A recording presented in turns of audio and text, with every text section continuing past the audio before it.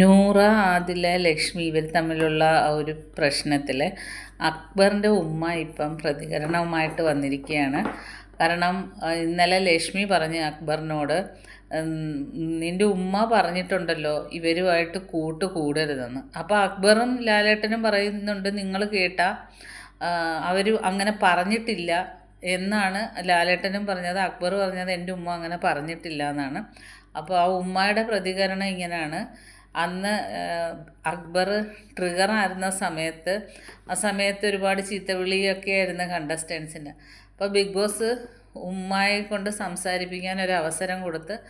അപ്പോൾ ആ ഉമ്മ പറയുന്നത്, ഞാൻ അക്ബറിനോട് പറഞ്ഞത് ഒറ്റയ്ക്ക് ഗെയിം കളിക്കണം, ആരോടും വഴക്കിന് പോകാതെ ഒറ്റയ്ക്ക് ഗെയിം കളിക്കാനാണ് ഞാൻ പറഞ്ഞത്.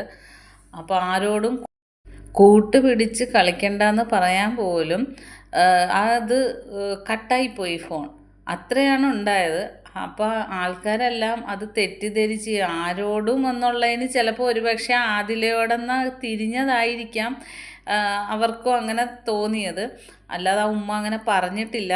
ഉമ്മക്ക് ആദില നൂറായ വലിയ കാര്യമാണെന്നും ബിഗ് ബോസ് കഴിയുമ്പോൾ അക്ബറിൻ്റെ കൂടെ അവിടെ ഇടയ്ക്ക് അവരെ വരുത്തണമെന്നും ഒക്കെ ആഗ്രഹമുണ്ട് എന്ന് ആ ഉമ്മ പറഞ്ഞിരിക്കുകയാണ്.